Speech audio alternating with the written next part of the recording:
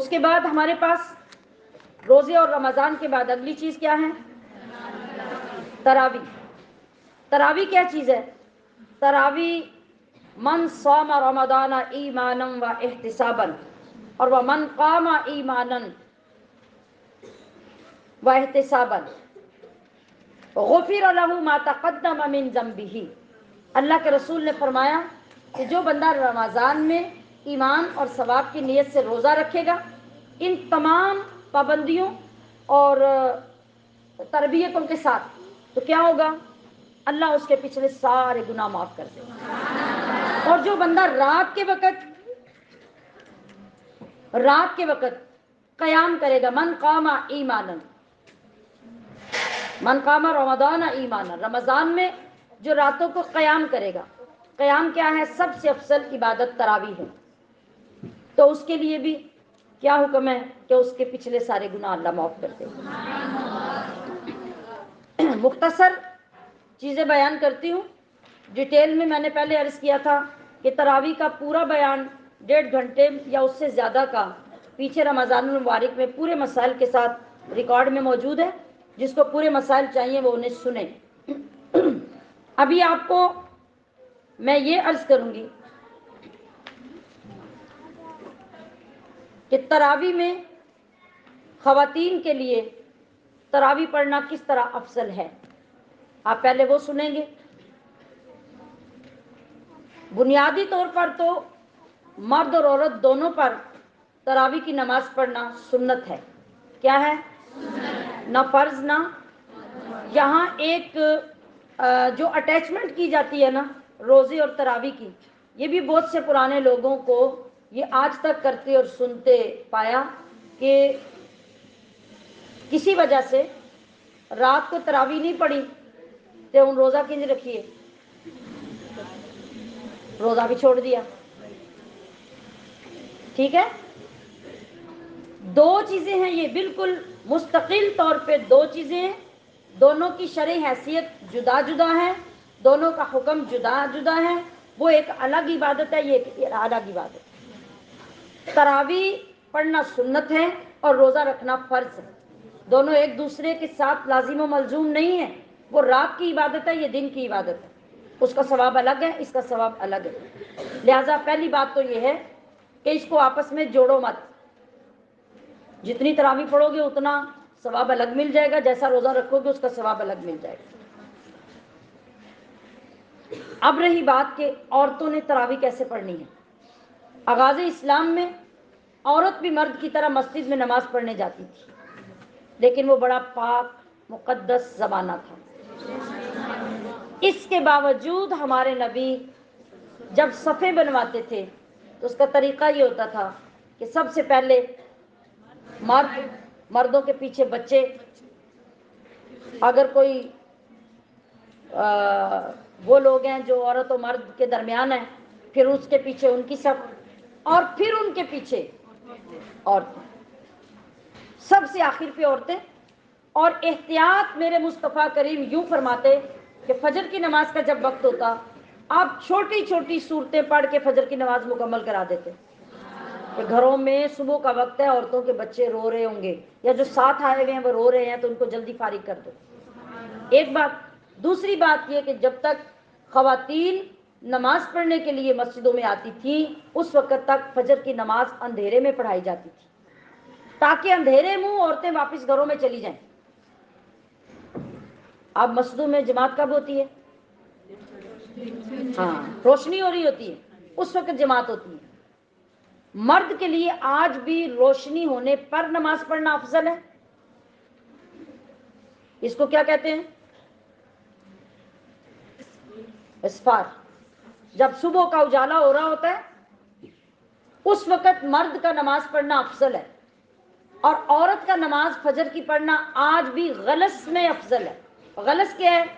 جب ابھی صبح کا اجالا شروع نہ ہو، اندھیرا ہو، عورت کی نماز آج بھی اس وقت افضل ہے۔ ہاں کسی حکمت، کسی ضرورت کی وجہ سے اگر وہ لیٹ بھی کرے گی تو گناہ نہیں ہے، لیکن افضلیت بتائی جا رہی ہے۔ تو یہ احتیاطیں تھیں آقا علیہ الصلوۃ والسلام کی بارگاہ میں۔ پھر جب وقت تھوڑا آگے گزرا، حضرت عمر فاروق کا زمانہ آیا،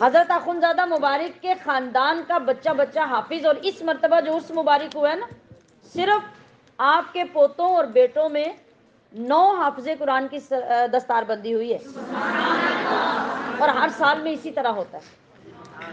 تو وہاں پہ یہ سارا کس پہ ڈیپینڈ کرتا ہے؟ گھر کے متقی مرد پہ، کہ وہ اپنی عورتوں کو کس طریقے سے تقویٰ سکھاتا ہے اور کس طریقے سے ان کو دین کے پیچھے لے کے چلتا ہے۔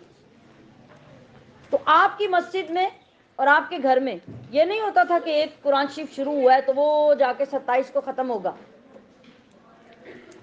3 دن میں قرآن شریف تراویح میں ختم، 10 دن میں تراویح میں قرآن شریف ختم۔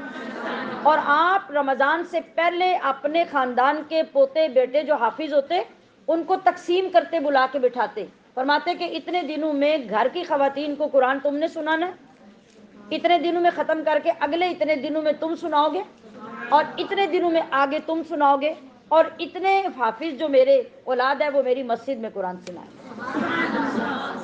یہ ہے قرآن سے محبت، اور یہ ہے رمضان المبارک کی بہار۔ تو یہ بہترین طریقے نماز کے ہوں گے۔ اب اگر گھر میں کوئی حافظ نہیں، آپ خواتین کسی جگہ پر یا اپنے گھر میں یا کسی محفوظ جگہ پہ، جہاں پہ میں نے پہلی بات بتائی کہ دین کے لیے کوئی فتنہ پیدا ہو تو دین آپ کو باہر نکلنے کی اجازت نہیں دیتا۔ آپ جب نماز تراویح اس طریقے سے پڑھیں کہ ایک حافظہ عورت آپ کو تراویح پڑھانا چاہے، اس کے لیے پیچھے کھڑی ہونے والی عورتوں کا شوق کا ہونا ضروری ہے۔ اگر ان کے اندر شوق نہیں تو زبردستی ان کو کھڑا نہیں کیا جائے گا، یہ قرآن کی توہین ہے۔ آپ اگر خوشی سے محبت سے آخر تک یہ سننا چاہتے ہیں تو پھر وہ حافظہ عورت نماز تراویح کی جماعت کروائے گی۔ یہ جو ہر جگہ پہ خواتین کی جماعت ہے، یاد رکھیے کہ یہ مکروہ تحریمی ہے۔ حافظہ عورت کی منزل قرآن کا ادب، قرآن کی محبت لوگوں کے اندر پیدا کرنے اور اس کی قائم رکھنے کے لیے شریعت نے رمضان میں تراویح پڑھانے کی اجازت دی ہے۔ اور اس کا طریقہ کیا ہے کہ صفوں کے اندر، خواہ اگلی صف میں خواہ درمیان میں، وہ حافظہ کھڑی ہوں گی اور وہ سب عورتوں کو قرآن سنائیں گی، اور نماز کی جماعت اس طریقے سے کروائیں گی جس طرح مرد کرواتا ہے۔ مطلب جن جگہوں پہ امام پڑھتا ہے اور پیچھے مقتدیوں نے چپ رہنا ہے، عورتوں نے بھی پیچھے چپ رہنا ہے، جو ان کے لیے بڑا مشکل ہوتا ہے۔ اور تو چپ نہیں نہ رہتی، انہیں پتہ ہی نہیں کہ کہاں بولنا ثواب ہے کہاں بولنا گناہ ہے۔ اب وہ اور کچھ نہیں نا تو یہی کہیں گے، لو جی اب سورۃ فاتحہ ہم سنیں، ہمیں کون سا نہیں آتی، اگر وہ پڑھ رہی ہے تو ہم بھی پڑھتے ہیں۔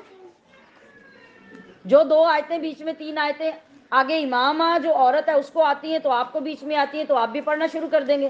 آپ تو یہ باور کروائیں گے اپنے آپ کو، لو مینو کہڑا نہیں آندا، ادھر کباڑا ہو جائے گا نماز کا، نماز آپ کی فاسد ہو جائے گی۔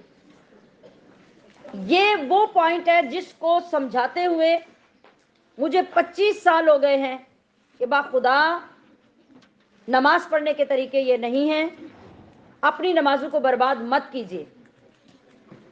اگر حافظہ عورت نے قرآن شریف سنا کے تراویح پڑھانی ہے تو پہلے وہ طریقہ سیکھے کہ امام مسجد میں نماز کیسے پڑھاتا ہے، کس جگہ پر امام نے بولنا ہے، کس جگہ پہ مقتدی نے بولنا ہے، کس جگہ پہ دونوں نے بولنا ہے، پہلے وہ سیکھے، پھر اپنے پیچھے مقتدی عورتوں کو سکھائے، اس کے بعد عورتیں ان پابندیوں کے ساتھ نماز ادا کریں۔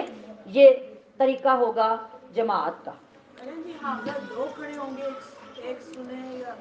جی قرآن شریف پڑھنے کے لیے ایک قاری ہوتا ہے، ایک سامع ہوتا ہے۔ تو عورت ہوگی تو اس کو قاریہ کہیں گے اور سننے والی کو سامعہ کہیں گے۔ اس کا ہونا ضروری ہے، یہ سنت طریقہ ہے کہ جہاں کہیں بھی متشابہ ہو جائے تو وہ جو سننے والا پیچھے ہوگا وہ وہاں پہ آپ کو لقمہ دے گا اور آپ کو یاد کروائے گا۔ یہ طریقہ ہے قرآن شریف کے ساتھ تراویح پڑھنے کا۔ یہ سمجھ آ گئی آپ کو؟ جی۔ اب تراویح کا وقت کیا ہے؟ تراویح کا وقت عشاء کی اذان سے لے کر صبح صادق ہونے سے پہلے تک پورا وقت تراویح کا ہے۔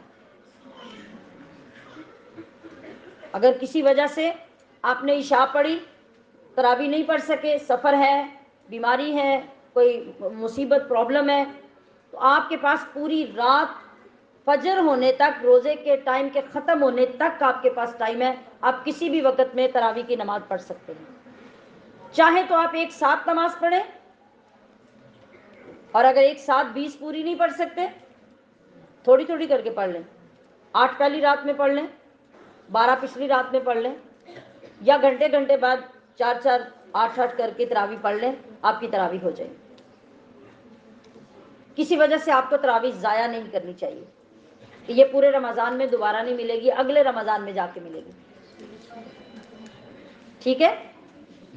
اس کے علاوہ ہر 4 تراویح پڑھنے کے بعد، تراویح یہ عربی کا لفظ ہے، بولیے یہ جمع ہے ترویحہ کی، ترویحہ، ترویحہ کا مطلب ہے راحت حاصل کرنا، ریلیکس ہونا، آرام کر لینا کچھ، اس کو کہتے ہیں ترویحہ۔ تو چونکہ تراویح میں زیادہ ترویحیں ہیں، اس لیے ان کو کہا جاتا ہے نماز تراویح۔ یہ ترویحہ کیوں کہلاتا ہے؟ سنت طریقہ یہ ہے کہ 4 رکعت نماز تراویح پڑھو، بیٹھ جاؤ، ریلیکس کرو، راحت حاصل کرو۔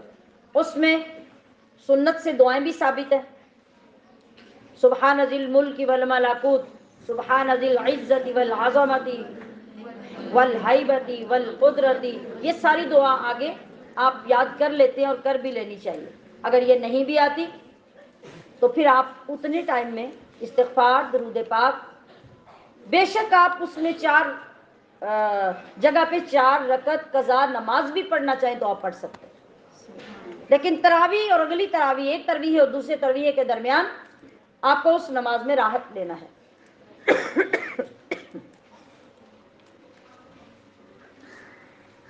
اور ہماری مسجدوں میں کیا ہوتا ہے؟ سرکل ہو رہا ہوتا ہے، سلام پہ سلام، سلام پہ سلام، 2 منٹ نہیں مقتدی بیٹھتے، اور ان کے مزاج کے مطابق امام صاحب بھی اگر دعا بھی پڑھتے ہیں تو 20 لفظ اگر دعا میں ہے تو 5 کی بمشکل سمجھ آتی ہے۔ یہ مذاق ہے، اس سے کچھ حاصل نہیں ہونے والا۔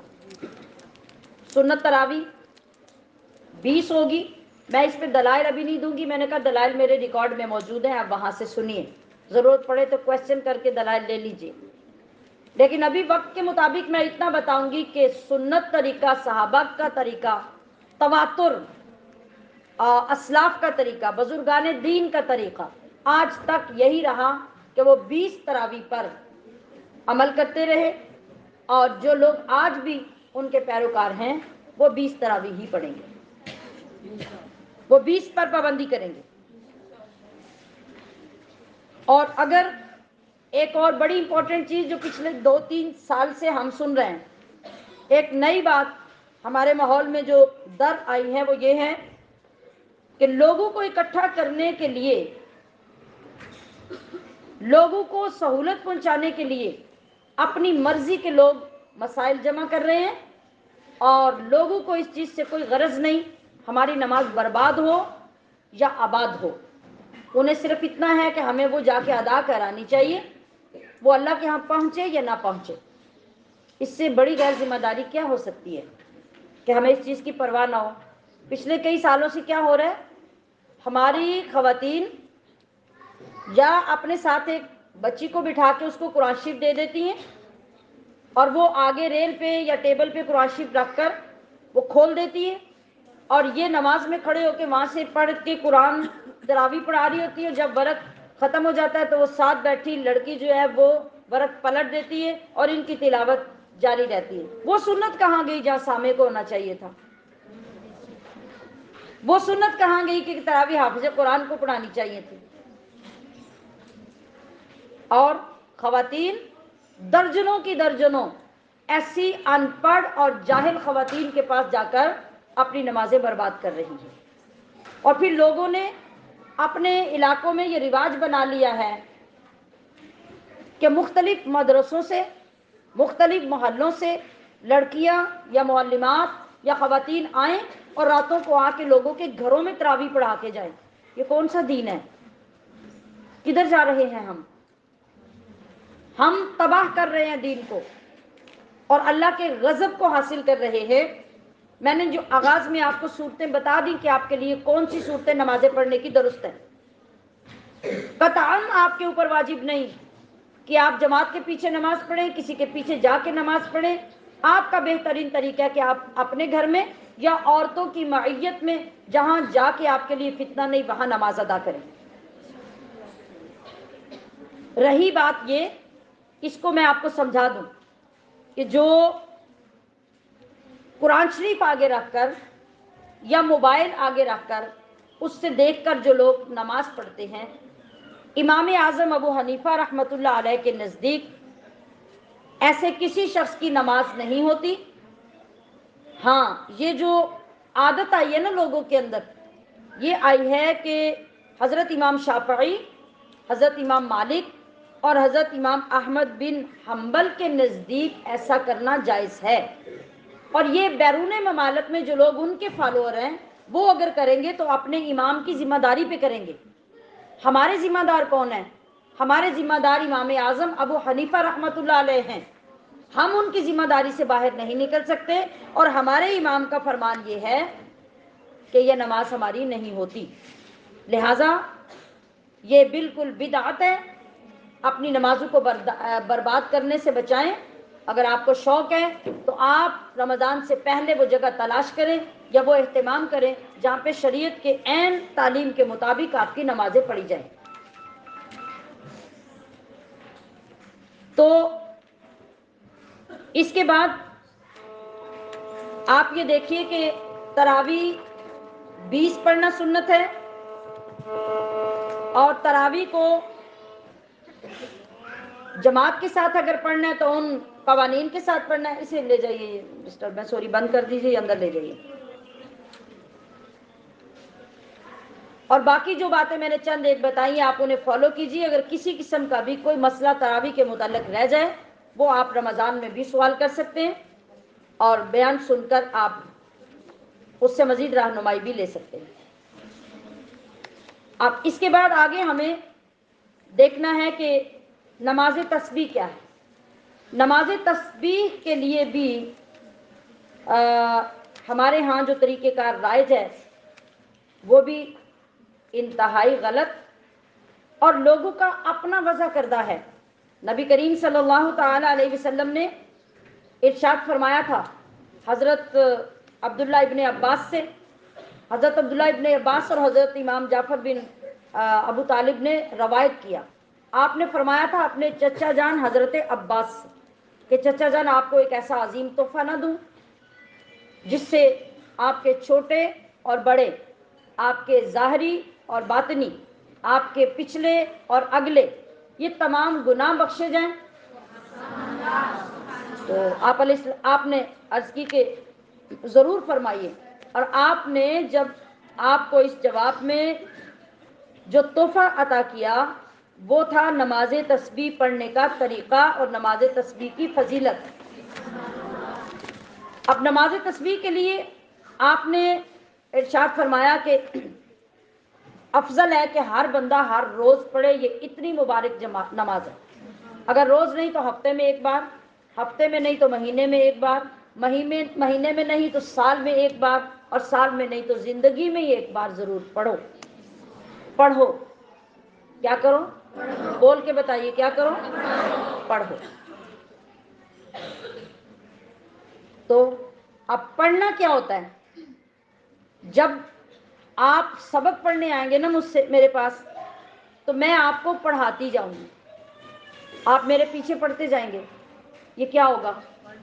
سبق۔ یہ کیا ہوگا؟ سبق۔ جب آپ سبق پڑھ لیں گے پھر آپ جو پڑھیں گے تب بھی میرے پیچھے پڑھیں گے۔ آپ کا پڑھنا تب ہوگا جب آپ اپنی ذمہ داری پہ سیکھنے کے بعد پڑھیں گے، ادا کرنا یہ ہوگا۔ تو نبی علیہ الصلوۃ والسلام نے اس نماز کی ادائیگی سکھائی، پڑھنا سکھایا،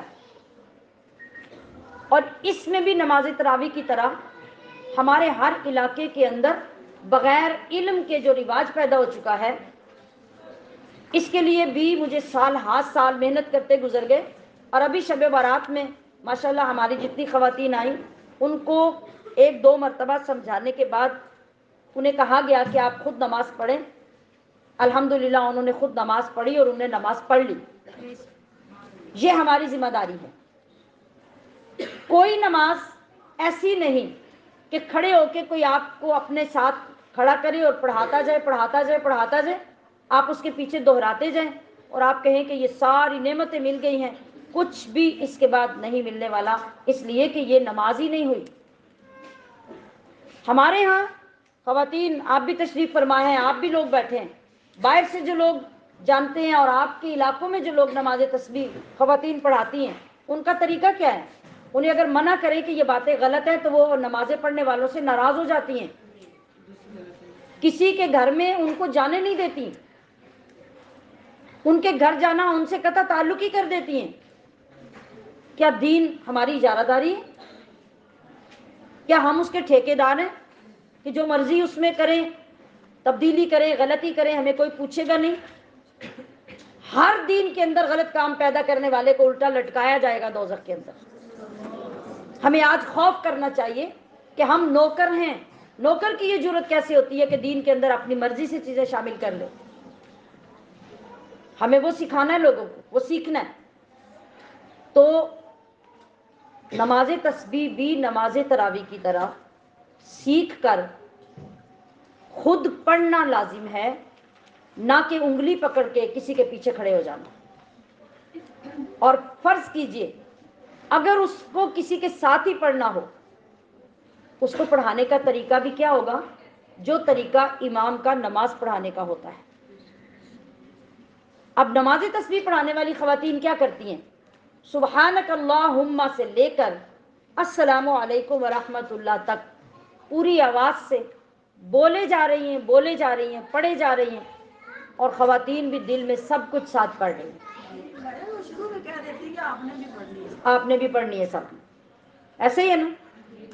کوئی ہاں نہ کرے, مجھے پتہ چلے زندہ ہی ہے ساتھ. ایسے ہی ہے. تو یہ نماز ہوئی ہی نہیں کسی کی. یہ نماز پڑھانے والی کی بھی نہیں ہوئی اور جنہوں نے ساتھ پڑھی ان کی بھی نہیں ہوئی. اگر نماز پڑھانی تھی, پہلی تو بات یہ ہے کہ پڑھانا مکروہ تحریمی ہے. مکروہ تحریمی کا یہ مطلب ہے کہ جو کر رہے ہو کرتے جاؤ, اللہ کو کوئی خوشی نہیں ہو رہی. یہ آسان لفظوں میں سمجھا رہی ہوں. تمہارے اس کام کی اللہ کو کوئی خوشی نہیں, پھر بھی تم کرتے ہو تو کرتے جاؤ. مجھے بتاؤ کس کے لیے اتنی لمبی تسبیح نماز آپ نے پڑھنی ہے؟ بتائیے. نفس کو راضی کرنے کے لیے؟ لوگوں کو دکھانے کے لیے؟ تو پھر جو اللہ نے فرمایا اسے سیکھیے. دوسری بات یہ کہ نماز تسبیح کی اتنی فکر تو ہمیں ہونی نہیں چاہیے جتنی ظہر کی نماز کی ہونی چاہیے, جتنی عصر مغرب عشاء کی ہونی چاہیے. اور اللہ کے نبی نے فرمایا فجر کی صرف 2 سنتیں, توجہ فرمائیے, فجر کی صرف 2 سنتیں پوری دنیا کی دولت سے زیادہ قیمتی ہیں. فکر ہوئی کہ نیند چھوڑ کے اٹھ کے پڑھ لیں؟ تو نماز تسبیح کی اتنی فکر کیوں ہے؟ وہ تو نفل ہے.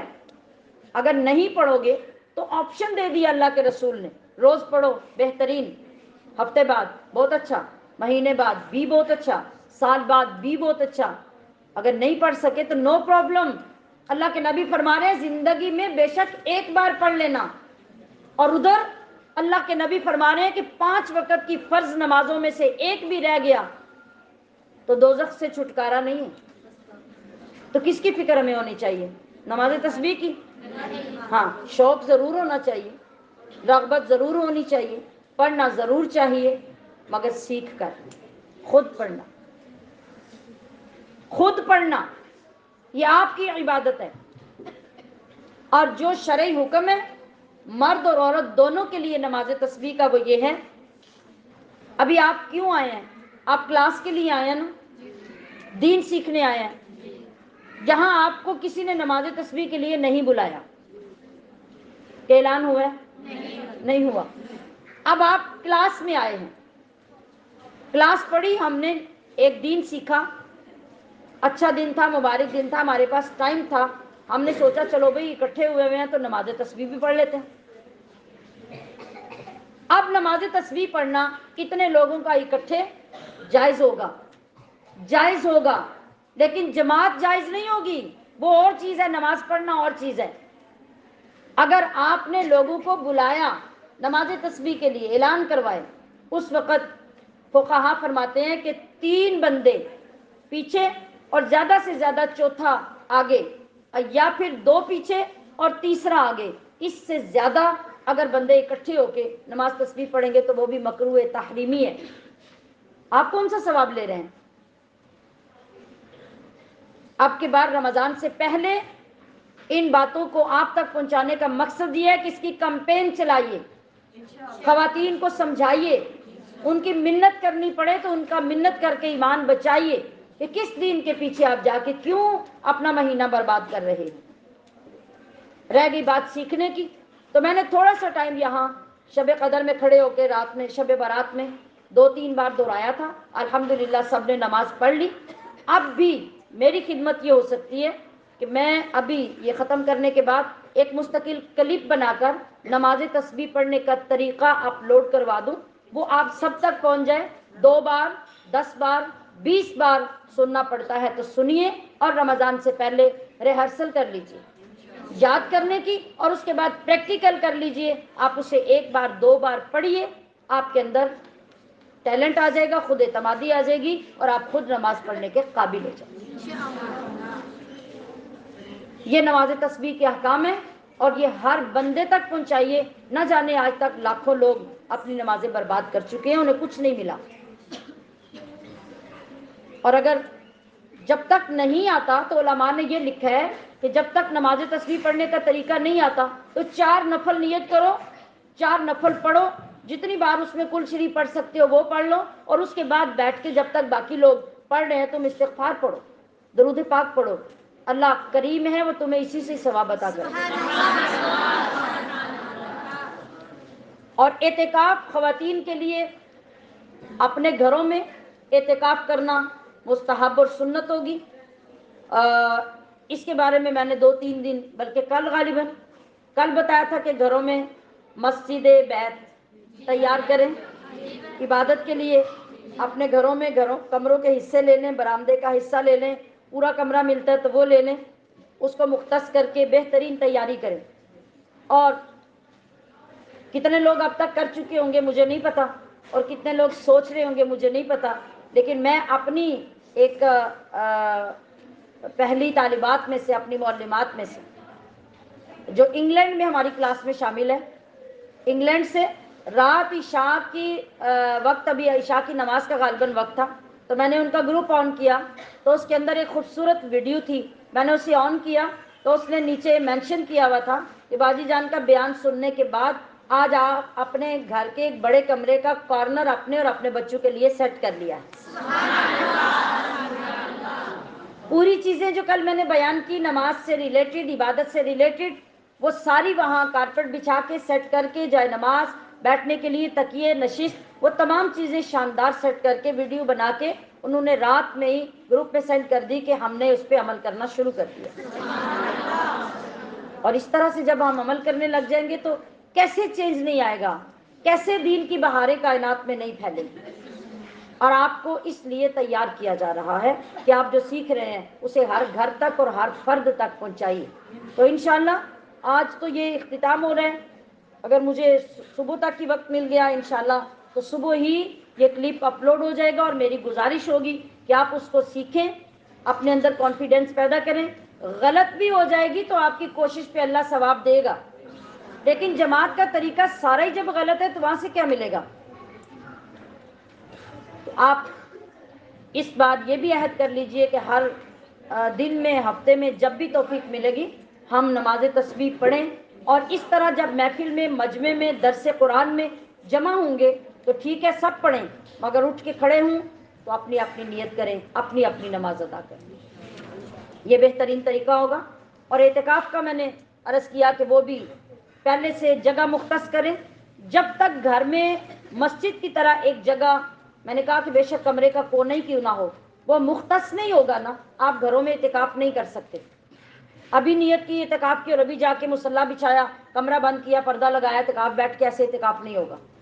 پہلے سے آپ اپنی جگہ نماز کے لیے خاص کریں، پھر اسی جگہ پہ جا کے آپ اعتکاف کریں گے تو پھر اعتکاف کے مسائل اعتکاف کے ساتھ سیکھیے، اور جن کو توفیق ملتی ہے وہ اعتکاف کریں، لیکن گھروں کے کاموں سے بچنے کے لیے اعتکاف کبھی نہ کریے گا۔ اپنی ذمہ داریوں سے ریلیف لینے کے لیے اعتکاف کرنے کا ثواب نہیں ہوگا۔ میرے اور آپ کے نبی نے فرمایا کہ کسی بھی وقت روزوں کے علاوہ بھی اگر کوئی مسلمان بندے کی ضرورت پوری کرنے کے لیے اٹھ کے ساتھ چلتا ہے تو اسے 10 سال کے اعتکاف کے برابر ثواب ملتا ہے۔ لہٰذا ہر چیز کو اپنی جگہ پہ رکھ کر سیکھیے، سمجھیے اور پھر اس پہ عمل کیجیے۔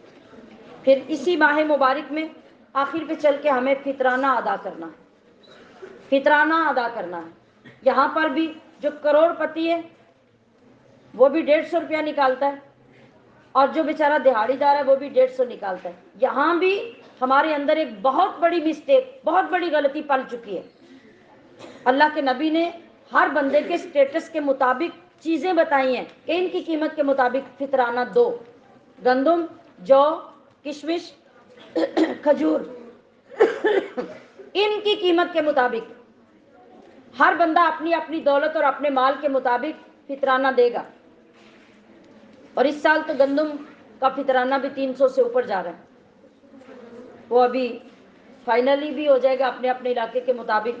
ابھی تک جو جنرلی وائرل ہو رہا ہے وہ 320 روپے ہو رہا ہے، لیکن یہ 320 عام نچلے درجے کے بندوں کے لیے ہے، نارمل مڈل کلاس لوگوں کے لیے ہے، اور جو اوپر کے لوگ ہیں، دولت مند لوگ ہیں، وہ اپنے اپنے معیار کے مطابق، کھجور کا معیار ہے تو اس کے مطابق دیں، اور کشمش کا ہے تو اس کے مطابق دیں، جو ہے تو اس کے مطابق دیں۔ اور فطرانہ کس کے لیے ہے؟ جو سرپرست ہے گھر کا، اس کے اوپر تمام نابالغ لوگوں کا فطرانہ ہے، اور جو گھر کے اندر کوئی اور بندہ جوان صاحب نصاب بن گیا اس کا اپنا فطرانہ اپنے اوپر ہے۔ حتیٰ کہ عید الفطر کی فجر کے وقت بھی جس گھر میں جو بچہ پیدا ہوگا اس کا فطرانہ بھی ادا کرنا ہوگا۔